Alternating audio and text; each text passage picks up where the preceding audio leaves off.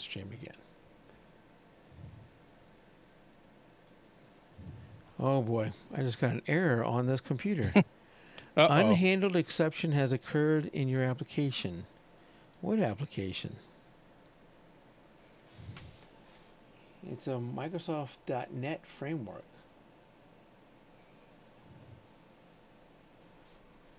Does it even tell me what application? Right over your face right now, Tim. That's not a good thing. I know. Oh, mouse without borders is what did it. Huh. Well, you were just saying that's the issue, so. I wonder if mouse without borders is. They haven't done an update on it forever. But it's what I use. You think people aren't using it, so they're phasing it out? Or I doubt as many people use it. Have the use case that I have. Yeah, I would probably agree with that. And so, it's not something that they've actively maintained. But I absolutely rely on it because I have 4 systems here. Without that, I would need either 4 keyboard and mouse or some kind of KV switch. So since we're live now on YouTube, if you're catching this is I'm going to put this after the show. I'm going to put this into a live feed only. This won't be an actual show. Just we can't go that long between times without doing something. Right, I agree. The mic gets really, really rusty. And I need to shake the cobwebs out because 2 of these machines never come on except for this show. So, obviously. Oh, really? I didn't know that. Yeah, I turn them on. All they have in it is an SSD for the hard drive and then the monitors, which are cheap monitors. And then, 4-core AMD older systems. So they only come on for this show. And so there's always some update or something else that's going on with them. And whatever, although one of them was doing fine. It turned out to be the other 2. Anyway. So Tim, I am still... Where's that? I don't want that mouse over your top of your face. Yeah. Well, it doesn't appear on the screen. You don't see it. I see it. I was going to say it doesn't. I don't see it on mine. So I'm still struggling with. Hey, Roger. California. Hope you're not near the fires. Been a lot of stuff going on. Yeah, man. California's a big state, though. So yeah, it is a huge state.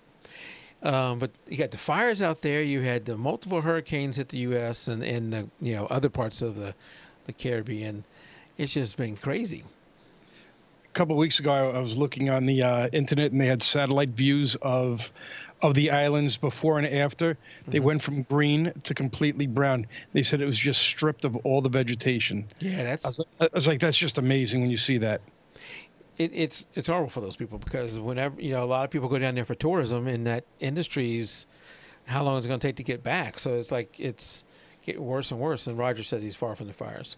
So we're just chatting tonight, Roger. No set topic. I was gonna my hot topic I keep talking about lately is backup, and I've not found a great solution that works for me because mine is complicated because I have multiple PCs in the house, multiple PCs remote with my kids, and 14 terabyte of storage. No, more than that. I have over 20 terabyte of data that I would like to back up. Right. I have a lot of data, but a lot of it is DVDs that I'm not worried about backing up. I have them on my server, probably about 10 terabytes worth, and I'm not going to back that up. I can always just it would be a pain in the ass to re-rip it, but I would just re-rip it if I needed to. Yeah. So those I used to do that a lot. I don't have that much anymore, Tim, of that. But what I do have is this right here. So if we during a regular show, I will an hour. Let's say it's just an hour long. It'll be 80 gig of data. If we go sometimes an hour and a half, 2 hours, that could be 150, 200 gig of data. So I've got almost 9 terabytes just of podcast stuff. Well, couldn't you convince the IT guy at your office to say, let's try backing it up to see how it works? I could talk to that dude. So, but my thought right now is maybe these things I'm just going to buy. I was thinking I was just going to buy 4 terabyte drives and just write to them when they fill up. I'll take that physically somewhere else, and I may still do that. One of the things with photos, though, is let's say you do that. You back up the photo, but later, and it may be a year later, you go back and you edit it. You want that edit backed up too. Mm-hmm. Yeah. And if all you're doing is using like Windows Explorer to drag it over, you're going to miss those things. So you need some kind of automated thing. So there is a scenario. I hate to say this. There's a scenario where at least for my server, I continue to run Crash Plan, but switch over to their business product. Right. And I might do that, and then put Backblaze on all the individual PCs. I just got myself an updated version of Acronis 2018, and I'm probably going to try and use that. So I have that on my two machines here, and I'm about to put on my wife's, and that's what I'm replacing. So what I did have is Crash Plan on all these that were backing up to my server. Now I'm going to use Acronis to back up to that server. I will tell you, if you do something like that, watch out for have some kind of protection scheme or something. I had issues with that protection thing, whatever they call it. Let me see if I can find it here. Where it tells me it's trying to write to my master boot record or something? Yeah, active protection. I had a problem with that, and then my antivirus not liking each other and just causing all kind of problems. But I've also had problems with my antivirus, which is Bitdefender. I use Bitdefender. It has decided some things it's just going to, hey, that Malwarebytes you're running? I think it's a virus, and it deletes it. So I noticed the other day Malwarebytes wasn't running. And then what happened to Malwarebytes? So I went to go restart it, and it was gone. What? So then I found out that Bitdefender had deleted it. I had it. Oh, wow. I had it backed up, of course, with Crash Plan, so I just restored it. But when I found out Bitdefender deleted it. When I first restored it, it was there, and then all of a sudden it went away again. I was like, what is happening? And it was Bitdefender was deleting it again. So that is weird. I had to create an exception for it. You know how you can see me now? It also at one point decided, I'm not going to let anybody have access to your webcam. So even this software wasn't allowed to. So I had to build in some exceptions there. So Gary says the new 12 terabyte drives are out. Yeah, a little too pricey for me still. Was there a price? I didn't see a price. I don't know what the price is. I know that when I look at the price point, the 8 terabytes is still too pricey for me. If you look at price per gig or something, the 6s are starting to come down, and I got a great deal on 2 6s. I know I'm probably the only one that's ever going to listen to this show that uses Unraid. But that's my server is Unraid, and the parity drive has to be equal to or larger than any of your individual data drives. And so I replaced my parity drive with a 6 terabyte. So now I can start building that up. He says 500 plus, so I have to do the math because I think a 4 terabyte right now, I get the HGST, which is Hitachi. The NAS 4 terabyte is about 125 to 133. I'm looking to 12 terabyte. That might for $500. I'm going to do the math here, Gary. So if we do let's do 133 divided by 4 times 12, $399. So there still is a slight $100 premium for a 12 terabyte. And I would think it would be for now. Yeah. The only thing that would scare me with that is you get 12 terabyte on one drive. And I know they're meant to be enterprise drives, but that still is something. You almost have to have a spare one on hand just in case something happens. Because what do you do? Yeah, so, if you have a system like Unraid, you have parity and you have multiple drives.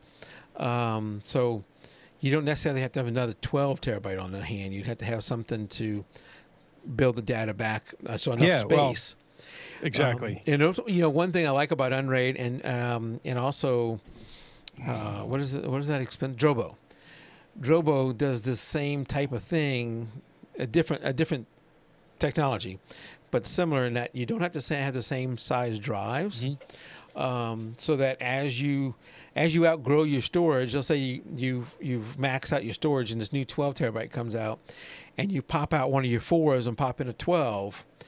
Well, I think that Drobo will waste some of that space, but you'll get a lot of that space added to it. So even though it's not equal to all your other 4s, Right.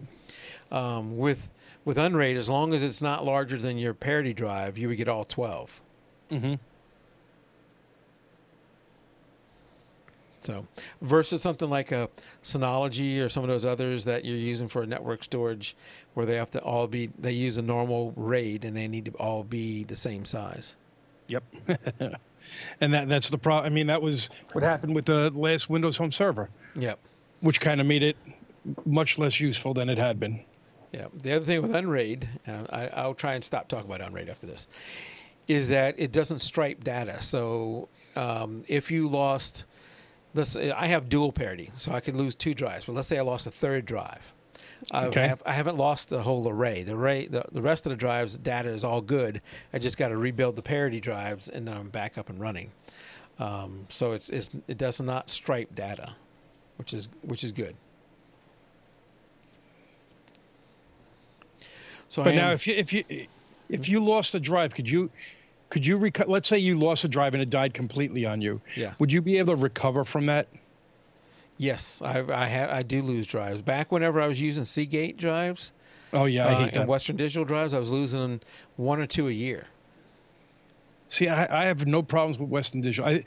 I probably have lost over the years 1 Western Digital drive, but I lost early on a couple of Seagate, so I won't go back to them. So who do you use now? I use Hitachi, which is HGST, and it now is a Western Digital drive company. So mainly my drives I've lost is Seagate, but here's a whole bunch of Seagate spindles. Mm-hmm. So I've taken them out of a Seagate drive because they've died. I think we all do that. Yeah, I got a lot of them there, and I have a whole bunch of magnets stuck to the back of my chair. That's the best way to destroy a hard drive. Yes, it is fun. I got two Seagate sitting over there that need to be done because they're dead. But yeah, HGST, I buy mine either from Newegg or Amazon, and yeah, that's what I do. Either or, whoever's got the better price. Yeah. So, Tim, you ever use a program way back in the day? Let's see if I can pull this up here. Way back in the day, called AC/DC. No. You never used that? No. Roger or Gary, you ever use that? So this is before, for me, it was before Lightroom. Before Lightroom, I was using Photoshop Elements. Okay. I don't know how long ago this was. I thought it was dead. I didn't know it was still around. But it's out there. No, I've never heard of it. It's out there, and Gary says no, he's never used AC/DC. Has anybody actually heard of it? I heard of it, and there was an article out there on how to import a Lightroom catalog. Yeah, how to switch from Lightroom to AC/DC Ultimate 2018. I'm not sure. I'm sticking with Lightroom. Although I'm very pleased with Lightroom. I've tried out some of the Mac Fun, and I'll try out some more of it. But for me, it's mainly going to be Lightroom. I think I'm like that. I don't use it enough to warrant a change, and I have everything in there. Never heard of it. Gary said never heard of it either. So Gary, beyond the no to a never heard. I used to use AC/DC, and then I switched to a program called iMatch, which was in like the image handling, let's say the cataloging, something like a Lightroom. But early in Lightroom, I remember in the forums of iMatch, because I was in there quite a bit, that the people on iMatch, we were ahead of Lightroom. And then Lightroom started getting better and better and better. And there was a lot of squawk about, come on, we got to keep up with this. But it was really one guy. And that's your problem. You have a great product, and it's good for a while, and you get direct access to that developer. But eventually, this person can't keep up with a company who's writing stuff, have people working full-time on it when he's trying to do it in addition to his day job. Right. So it fell behind. And so I actually just deleted iMatch. Hadn't used it in probably a decade, but I just deleted it recently. Reminds me of that software that I had on the on my iPad. That worked with Lightroom. I can't even remember what the name of it was, but The they guy just we had couldn't. on the show. Yeah, Mike Wren. I can't remember what the heck the program was anymore. Oh, Photosmith. Photosmith. And they finally ended it just because they couldn't keep up with all the changes Apple was doing, and it was a part-time job to these guys, no doubt, and it wound up dying. So I still wish that Lightroom would enable on an iPad the ability to keyword. That would mean so much to me. I wonder why they haven't done that. Yeah, I can't understand. Every time there's an update to the mobile app, I'm like, did they add it? Did they add it? No, of course not. It's got to be a number one. It's got to be a number one request, or a high request, I would say.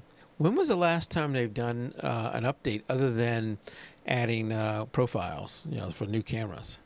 Yeah, I don't know. Yeah, every once in a while I get an update, but I'd have to look at the Lightroom Queen to see what she says about some of these updates. I'm going to go out there and look right now. So if I go and look, it is... Gary uses Snapseed on his iPad to edit. Okay. And you know what I used 2015. You know what I used before? I don't think they're going to update from 2015. It's just now the perpetual. But what I used before Photoshop Elements, I was using Bridge. Yeah. And that was a pain in the neck. Well, but if you look out there at Photoshop and Premiere and After Effects, all those things, if you have the Adobe Cloud, it has, let's say Lightroom CC, but then in parentheses after it is the year. So like Photoshop says CC 2017, but Lightroom still says CC 2015. Huh.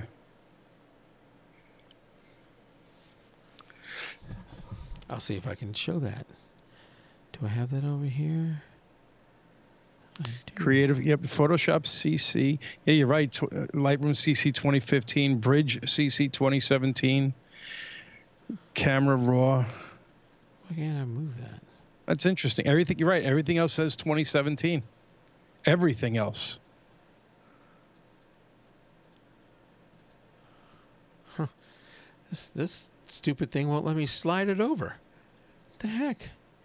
Well, you can kind of see that there. Well, I see it over. It's creeping up on me now. Yeah. All right. So you want to get rid of me. I understand. It is, but I wanted to slide it over so it wasn't on top of you. It's like it's not docked. Oh, well. Okay.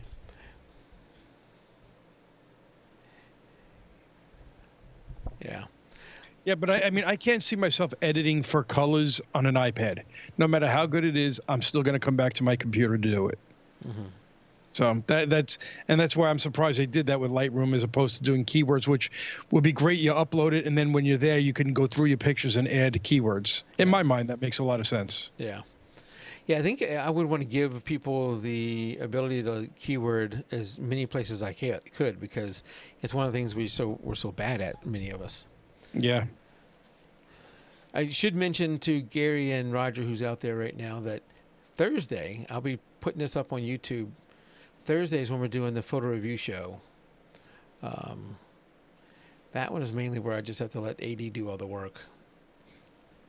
After I get everything ready, I gotta do all the setup, and then he does most of the work. And we had some good images this month. I don't know if you saw them, Tim. Oh, you did. You voted. Yes. Yep. I finally got to vote. We had some great images. Matter of fact, and I'm not going to play them now because I don't have a photographer's name set up, and I'd hate to show these and not know who they are that took them. I like to be able to say who took them when we do it. So I'm not going to show these guys. That's something I have to do tomorrow to get ready for the Thursday show. Is get all those names ready. We had some great images this month. So I'm surprised you haven't brought up that Nikon has a new DSLR. So yes, and it looks fantastic. The D850, the 850, yes. D850. So when I bought the 500, I was, and it's sitting back there on the shelf. You probably can't see it, but bought the 500 because I was hoping to shoot more sports, and it was between the 500, the 750, and I even considered an 810, because really for me it's down to. I'm starting to switch a little bit more toward landscapes because my kids are grown off in college. Roger says, I butchered my name last night. I'm pretty sure I said Roger correctly, but that last name, Padeo? Padeo? Let me, yeah, Padeo. That would be my guess. Am I Maybe, close? maybe we need to go to a different program where I just say first names and then you say last names. 'Cause I'm bad at that. Anyway, so I decided on the 500. I bought the 500, and it's a great camera. It's a crop sensor. It's 20 or 22 We got it right. megapixel. We got it right, Padeo. Hey, Steve's out there. You don't post to iTunes anymore? I do. I'm just behind. So let me get to that in just a minute, Steven. And All right, so to the D500. to D500. So I love the D500. It's a great camera, but it is a crop sensor, and it's not what I would want long term for a. Tim got it. Yeah, we're not even going to pretend Mike got it. It's not what I'd want from a long term landscape camera. So I'm looking at the. Well, the 850 is 3,300. I know. Body only. So that's. Well, and I always get the grip. So you're going to have to add on Yes. grip, and then I think you got to add on a battery. So from what I've heard, it's maybe another grand. You know, for the battery. first time, I'm actually using a grip. My cousin got one. Yeah. His camera died. So I said, "What?" I was like, "Why don't you just look on eBay and buy like my camera?" And he wound up getting it with a cheaper than the camera he was going to get with a grip. And it turned out his camera, what was wrong with it? The lens had a loose screw that was blocking, that fell off, and it was actually in the mount. Yeah. Now that camera works fine too, but it was a cheaper camera, so now he's got the better one. But I said, "You're not using the battery grip? I'm going to try it." So it's mine now. Yeah. He's got my 100 400, so I think it's a fair trade. Well, not really, but I love the grips. I know it makes it heavier, makes it bulkier, but I like to be able to switch and have that grip there. And for some of the cameras, it might add a couple of more frames per second, and definitely adds more battery life, because in the camera I have, not only do you get the battery in the grip, but you have the original battery in the camera, so it's there. Yeah, so that's my problem too, Gary. Is all that money is just wow. So I typically like to wait for it to age a little bit and that price come down, but it's just not come.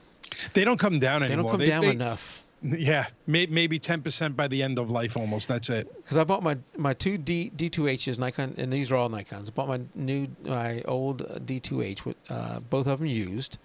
Then I bought a D2X used. Then I bought a D700 used.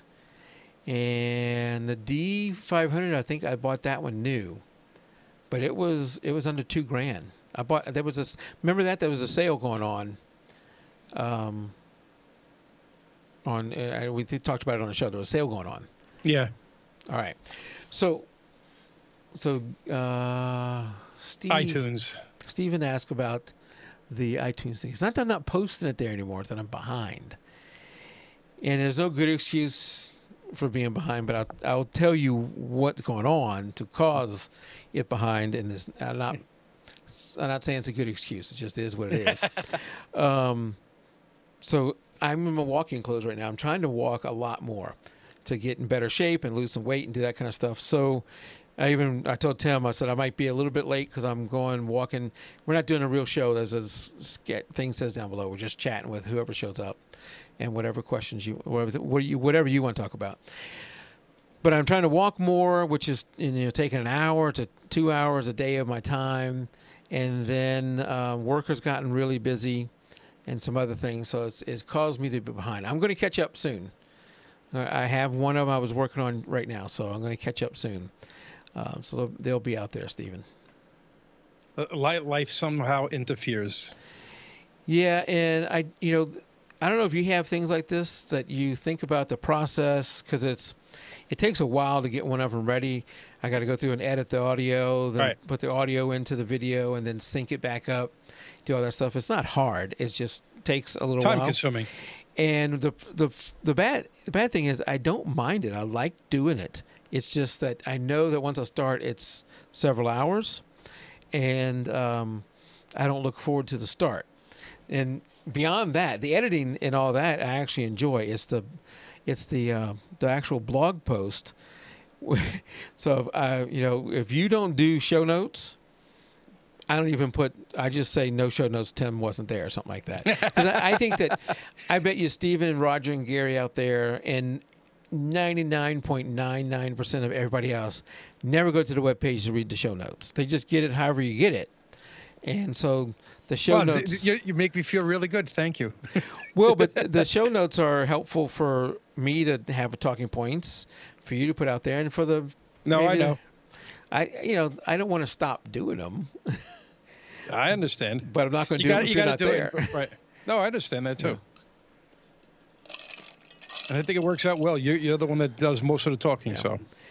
But what I do need to do, maybe we can talk about that now, is I need to reach out to some more guests. I have several that I'm working on, and get some ideas on topics or people that you would want to have on. I even thought about this as a thought. It's dangerous. Oh boy.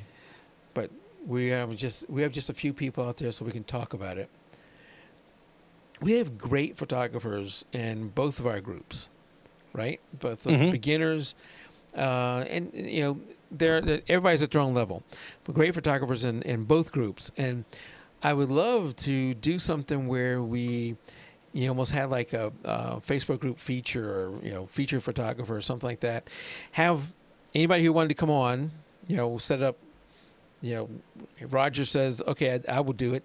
We set up a date. Roger comes on. We talk a little bit, show some of his work, and move on. Well, maybe not a full show, maybe just 30 minutes, something like that. The danger is I've tried something similar in the past, and I don't, not everybody understands that you have to have somewhat decent lighting, you have to have a webcam, and you can't be at Starbucks or in a playground. You need to have somewhat quietness going on around you. Right. Because while you and I can tolerate during a live show distractions and stuff, someone who's listening to this later is it's especially if you listen to it and not watching, you're listening, you can be really distracted with all those background noises. Yes, you will hear it, and it's one of those things. Once you hear it, you can't unhear it. Yeah, I try and go through the audio, and when I touch this mic, or some of the creaks when I move around, or some of the other things we do, I try and go through and get rid of a lot of that stuff. I obviously don't get rid of 100% of it, but I do try and get rid of a lot of it. But if there's a lot of background noise, I know I was working with someone before, and they were.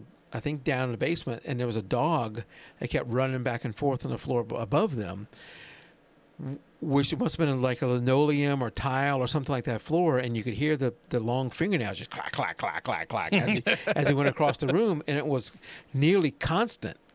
And you can't get rid of that. And it was very annoying to listen to. So I don't know what you think there, but I would love to offer that up to some of the people to come on and talk about what they do. I think that would be a great idea. Maybe I will put it out there, and I have a little document on the webpage that says, what to do before they come on the show. Yes, you created that a while ago. And yeah, I doubt even though I sent it to every guest, I doubt any of them ever read it. Sadly, you're probably right. Well, if you're used to doing something like this, and some of our guests have been, they're used to doing something like that. They do it all the time. So they know those things. They don't need my thing. Instant film. Roger asks, does any of us use instant film? I do not. I can't remember the last time I used instant film. It's been a long time for me, too. Yeah. It's been a hit with my customers. So Roger, why do they like it? Because it's instant? Well, I don't know, maybe they take the picture and you get it out. It's just so foreign to people these days to actually have a physical photo. Maybe that's why they like it so much. And you know what? I took a picture with my phone. I was my son had a soccer game a couple weeks ago, and then there was a park, and I took a picture. It was a playground backlit, yeah. and I just put a new printer, and I was like, well, let me see how this prints. And it was probably the first time I printed a picture in a while, and I just don't print. Yeah. I don't either. And that's not a good thing. Yeah, my wife is on to me to print some because she's wanting to, now the kids are gone. We're home alone.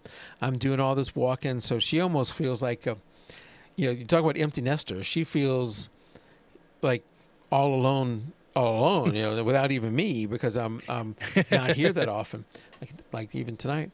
And so she would like to she'd like me to print out a whole bunch of photos so she can start scrapbooking with them, have something to do with her time. So I need to do that. Yes. It's just not enough hours in the day. Is Steven still out there? I don't know. We have how many people? 4 watching. So, yeah, Roger, Steven, Gary. So somebody dropped off, I'm guessing. Oh, no, we're up to 5 watching again. So now I don't know. Mine says 4. Mine just went from 4 to 5. Oh. Roger's still here. Roger's still here. Thank you, Roger. But I have been drooling over that D850. It looks, Gary's still here. Oh. It looks fantastic. It's just too much money. No, I don't take enough pictures to anywhere near justify a price like that. Yeah. I've thought about, you think, why don't you take your camera out on your walks, Mike? I'm focused on my walks. I've got the little thing telling me how much time and, trying to, set record times or do a certain pace, whatever. What I need to do, though, is get on my bike because that'd be better. Get on my bike. Yeah, I haven't gotten on my bike in a long time. Go to a certain location and set up for photos there versus trying to do it while I'm walking. Speaking of that, I got my my new Fitbit. Can you see it? Yeah, I do. What kind is that? That's the Ionic. The replacement to the Belize, I guess, is the best way to put it. I'm going to stick with the Charge 2 for now. I've liked the size, and it does what I want. And I don't know if you saw my photo on Facebook, Tim, where Sunday it was pouring raining for 2 miles of my walk. I mean, pouring raining. If I didn't have my baseball cap on, trying to cover up my glasses, I wouldn't have been able to see. And the watch held up fine in the rain. Oh, that's a good thing. Yeah, I do carry a plastic bag with me when I think it's going to rain, so I had to put my keys, which have the little remote, my phone, and my earphones all into the plastic bag, or else they would have been, destroyed. It goes really fast. It goes really fast when something goes bad. Yeah. You get it wet. I've had that happen to me a couple of times with stupid things, and I remember actually one of the worst ones that I had years ago when I might even have been a Droid X. I asked somebody to hold. I was at the beach for a Labor Day party, and my son went in the water, and he was young, so I was like, I had to be there close to him. I was like, gave somebody my phone and my wallet. Hold on to this. Yeah. Came back to it. Oh, I dropped it. Both of them in the water. Yeah. And my phone was destroyed. My wallet was soaked. I was like, I could have kept it in my pocket. It would have been fine. Hey, do you ever? Yeah, that's never a good thing. Yeah. Did you used to watch TWIP? This Week in Photo? Yeah. Yes. Well, actually, I don't know if I ever saw it. I probably only listened to it. So I don't know if they ever had a video feed, or at least not that I ever saw. Yeah, you're right. I don't know if they did or not. Well, they might have because it was on YouTube, I thought. Anyway, I was on and off listener. I wasn't a religious listener, but I did get to see like 500, which is impressive that they got to 500. Which I think was like hey, we're going to take a break now. But I haven't checked back recently. Do you know any? Are they coming back? Have you heard anything? I have not heard a thing from them. Matter of fact, I don't know if my I assume I must have it as an automatic download, and it hasn't caught my feed. So I don't think I ever deleted it. So I know they had some. They had what's his name? The macro guy, Dom. Kamaracha. Yeah, he had a show over there for a while too. Right. Well, is he gone now too? I don't know if he's gone. I've talked to him recently. We might have him on a show in the near future. He's been doing some different photography that we might have him fluorescent or something like that. What was it? Now I do know that I was listening to the tech guy the other day, and he did cancel one of his shows. The guy that does the audio, I can't remember what his name is, Scott whatever, and he said, oh yeah, we had to cancel it because because of cost. So maybe they're reining in some of the amount of podcasts he has over there. Which one are you talking about on this what's his name, the guy Leo Laporte, yes. But he had one, Scott. I can't remember what his last name is. He did one on audio, and and he must have been up over 100 episodes, if not much higher than that, and they canceled it. And I got to think of who it is. I'm gonna go over to the TWIP webpage while we're talking. I liked what's his name? Frederick Van Johnson. Frederick Van Johnson. Yeah, I liked him.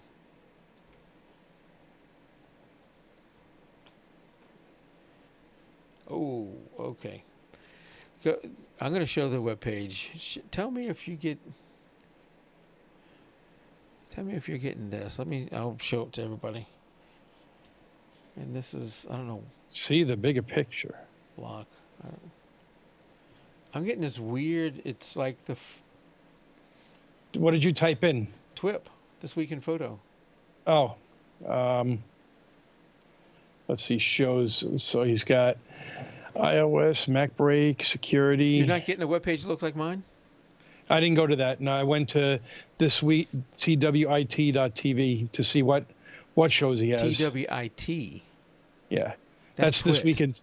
That's the main thing. And then it would have been TWIT and TWIP are two different things. Yeah, but I think TWIP was under the branding. You sure? No. I thought TWIP was his own thing. This Week in Photo, the TWIP network. Maybe that's the problem. TWIT? Podcast. Oh no, maybe it is something totally different. Yeah, you're right. It is. It's thisweekinphoto.com. It's not TWIP. Yes, but when you go there. Oh, then it does say see the bigger picture. Free weekly photo assignments. A new tip, so you can. But let's see. You're not getting an unformatted page like I am? No. You went to thisweekinphoto.com? Thisweekinphoto.com, yes.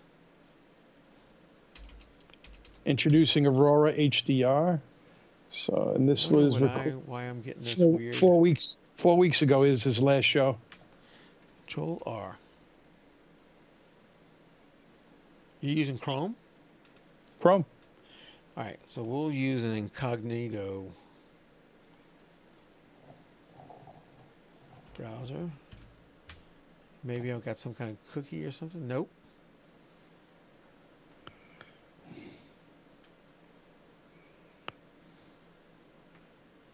Why is mine... Is it HTTPS? I just sent you the link. Where at? In the Skype chat. Okay. Oh, I did not want to click that. Oh, boy, Tim. That opened... this machine, I had no web browsers open because I didn't... Hold on, guys. That's why this is not a real show tonight. I don't want to open web browsers on this machine right now because it's going to suck up all the CPU. Okay, no, but I did see it open, and I got the same thing. Really? So that is weird. If I click on something, even when I go to one of these, I must have a cookie or something. Anyway, do I have a theme for next month? Okay, so let's forget about me showing that because that's not going to work. So, Roger, what I am thinking is do an open again, unless we want to talk about one now. if you have ideas. People seem to like open more, and we get better competition, better participation. Contributions, yes, better participation when it's open. Because I know we have some people who only want landscapes and they don't want people, and then they have just the opposite, people who want people and not landscapes. And by having it open, I like themes because it has us focus on certain things, but people like open more. So I think we just decided, Roger, open. So if I don't set it up tonight, I'll set it up tomorrow. I'll set up the album for that. So Roger decided it's open. That was simple. And I think that's what people like anyway. Yay. So, Roger, what kind of things do you like to shoot?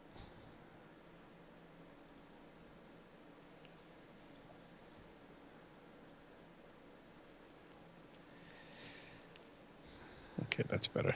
Had to close the chat window. I was like, how the heck do I do that now? Yes, more participation indeed, yes.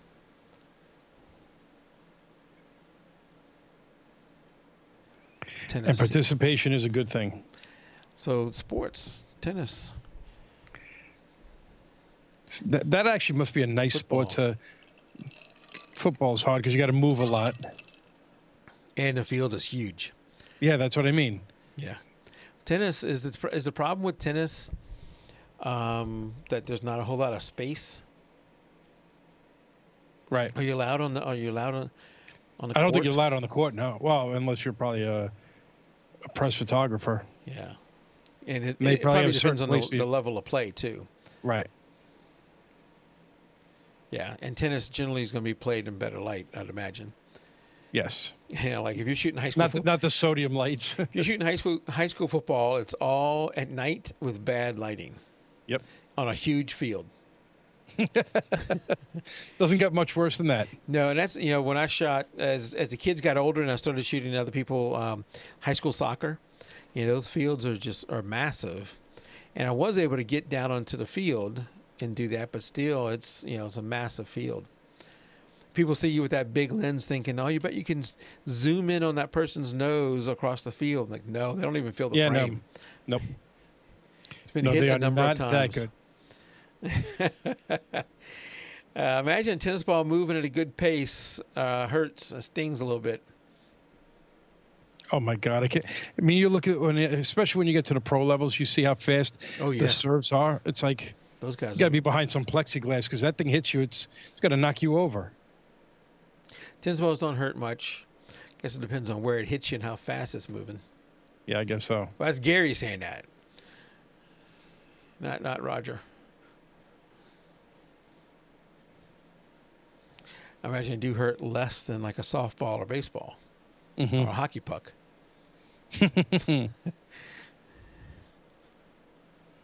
Yeah, I think a hockey puck is probably one of the worst.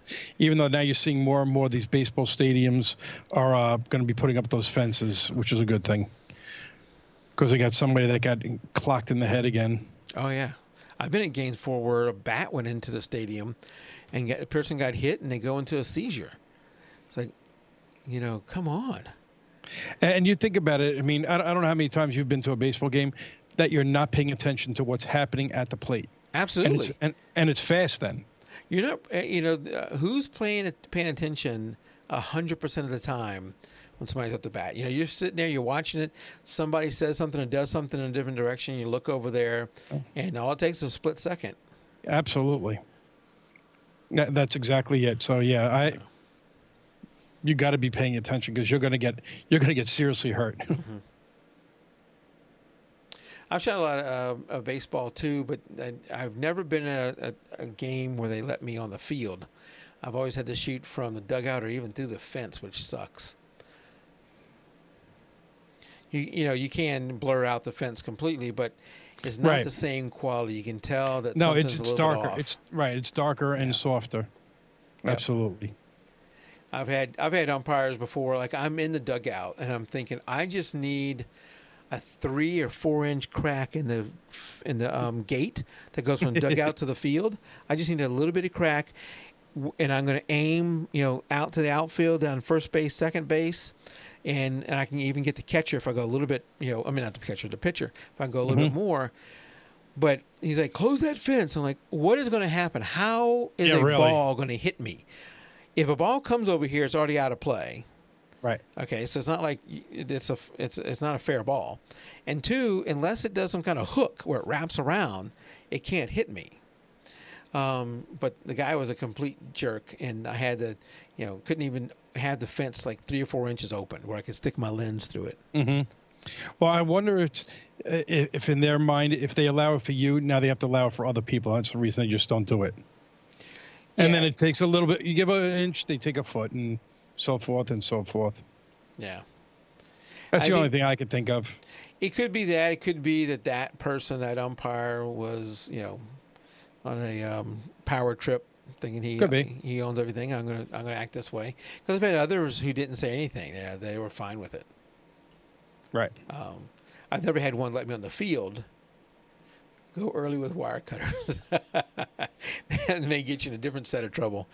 The worst the umpire can do is kick me out of the what do you call it? The park. Mm-hmm. Yeah, and I've never been in one where I could get high enough to look over. Mm-hmm. Yeah, either have I. Yeah. But now my son plays soccer only, so that's much easier for me. Yeah, soccer, especially at the younger ages, but even up higher, I've always had field access, and all they ask me to do is, there's not to get across the line. You have to stay back a little bit, and not to get behind the goalie. Right. That's the one thing they know, and those are sometimes really good shots back there. I know. But you can't get back there. They won't let you at it. Yeah. I don't know what the reason is. Is it? I mean, it can't be the players are going to see you and kick the wrong way. I can't imagine that's what it is. And with the younger kids, I had one of those chairs from I got it from Home Depot. I don't know if it's a hunting chair or what it was. It's fairly small. It only sat up little tripod thing. Little tripod thing, and it swiveled. I have the same thing. It swiveled, so it was really easy to carry. I would carry it out there. I sit down on that thing, and you're really low. And you'd have my monopod would be set up really low like that, and I'd sit there and I could swivel. And I would move around. Whatever team I was trying to get, I'd move around, some on that thing. And that was really good. As the kids got older, you could stand up and still get good shots that way. But you always had somebody, you're way over on one end of the field, their kid makes a great, goal on the other end of the field, and they say, "Did you get that?" Nope. Not even close. Did not get that. Wasn't even looked that way. And what I used to make, some kind of little slideshow for the videos of the photos and a little audio. We played at the team event at the end of the season, and I would go through in Lightroom and I would name everybody. So by the end of the season, I knew every kid's name, and I would make sure as we're heading into the end of the season, I would look, I only got 5 of Tim, but I got 70 of Bill. So I would really focus on Tim, and what I'd have to do, maybe the only reason I only got 5 of you is because you didn't do that much. You didn't kick the ball that much. Depends what position you're playing on the field also. Or, at these younger ages, maybe you didn't do anything. You didn't do anything. You weren't as aggressive as some of the others. So I would try and get photos of you during practice, or maybe you're doing something and isolate you, or try and get photos where the ball just rolled in front of you, and if I take the picture right, it looks like you're doing something with it. Yep. And so then I would try and even it out. Roger says my site is rogerpadeo@zenfollow.com. I shoot only on the weekends for fun, and I do make some money on it. I can't name them, Roger, but I have known people who have used Zenfolio before, and I guess they liked it. Can we pull up your site right now? Do you mind, Roger? I'm looking at it right now. Hey, I recognize one. That's a good shot in tennis. I recognize several of these photos. After he says we can do it, I'll pull it up. I remember this picture, the couple sitting on the bench. I remember the couple sitting on the bench, the girl down. Yes, that girl. You can see my mouse down there. Mm-hmm. This one up here, upper left hand corner. What school is that down in the two below it? I don't know what that is. Do you know what school this is? I don't. Well, I'm going to guess Roger's going to tell us shortly. Yeah. It is a nice looking school.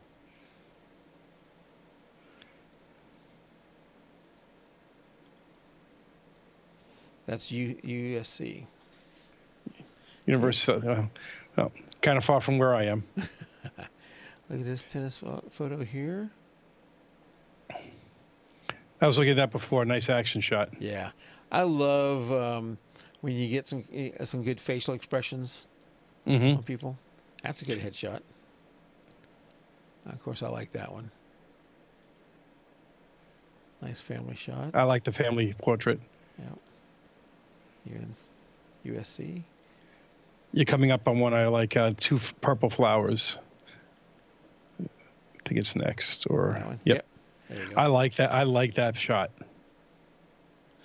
So from here, Roger, could someone buy these? Share, slideshow. Or is this for just for viewing?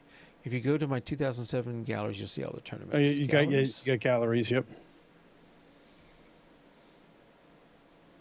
2017. Tennis events. Wow, there's a lot of them here. 591 photos, 744 photos. Wow. Yes. Well, if you're a sports shooter, yes, you're going to have a lot. not those. Wait. When he says not those, I think he's saying answering the question to the buy-in. When you're sports shooters, yeah, you shoot a lot. I mean, I would go to a swim meet and shoot 1,500 or something over the course of a couple hours, several hours. Right. How many do you typically shoot at a tennis event? I've never shot tennis. Show all. Yeah, and then I see you got visit shop on the right, and it's got its prices. Buy. Oh, there we go. Oh, we're not going to show those prices. I don't know if he wants us to show us that. Okay. 4,000 raw. Wait, 4,000 raw. What? For a typical tennis meet? Wow. And how much time is in a tennis meet? That's a lot of shots. A typical swim meet, and I'm only shooting our one team. Typical swim meet is, let's see, 4 to 6 hours. But let's say 4 hours. If you're having a county meet where it's more than two teams competing, where you're having maybe multiple teams competing, it could easily be 8 hours plus. I'm still only shooting the one team, our team, and I would shoot, like I said, 1,500 for a 4 hour. Probably more than that for a 4 hour shot. So if you're shooting 4,000, and I only shoot raw too, Roger, for a weekend, is that like an 8 hour each day, Saturday, Sunday? And that's not too bad, 4,000.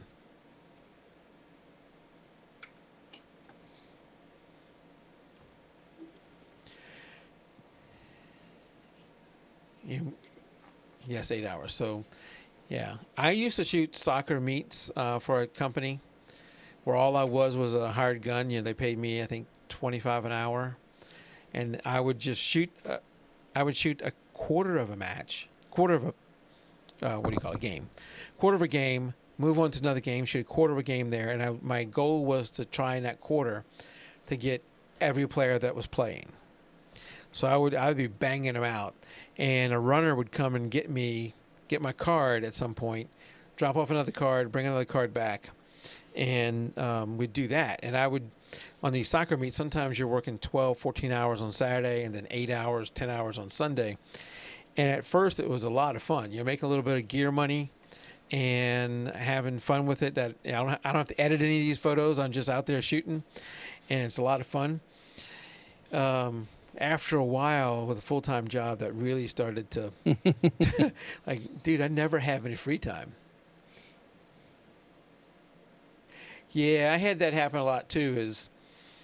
Is people would take the image, even Roger, even when I was shooting my son's games, shooting the games and putting it up on the website, and had talked to all the parents, and they knew that if you want a high quality one, I'll give it to you. I'm doing it for free for you guys. There would still be people who would go and take the screenshot off of my website and print that, which was, I don't know what web version that was, with my watermark on it too. Yeah, like you said, print that large and hang it up, and they'd be telling me about it. Oh, I love the photo of little Timmy. I've got it in 16 by 20 up on my wall at the house. It looks great. I said, it can't look great. It was an unedited. It was lightly edited with my watermark, and it was only like 800 by 600 or something on the website. There's no way that blew up well. I will give you the photo. But people still do that, especially now they're sharing it online. They do it even worse.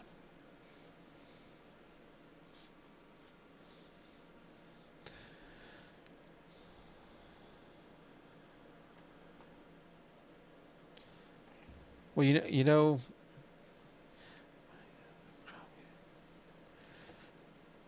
So back in the day, Roger, when I was shooting, we didn't crop anything, because I mentioned those Nikon D2Hs. They were 4 megapixel cameras, so you didn't have any room to lose much. Right. With those things, so you didn't crop at all. Now with my D500, which is a 20 plus megapixel camera, and it's a crop sensor, I got room to crop a little bit, which I really like, because like I was saying with soccer, you can't always reach that, where the players are, and having a little bit of cropping room helps out.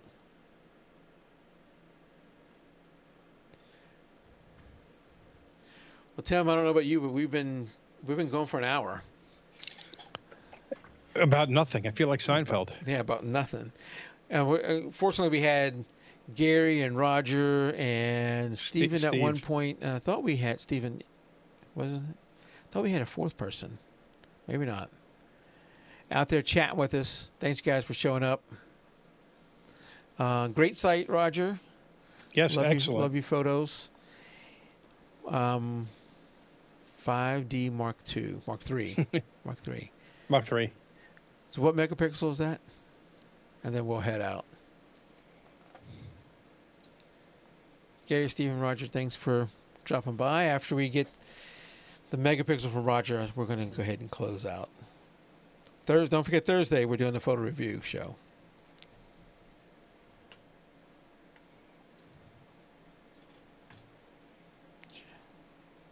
Good night, guys. Good night, Gary. Good night, Gary. Thank you, guys. Thank you, Roger. Okay. See you, Roger. All right, let me stop the stream. Tim, hold on one second.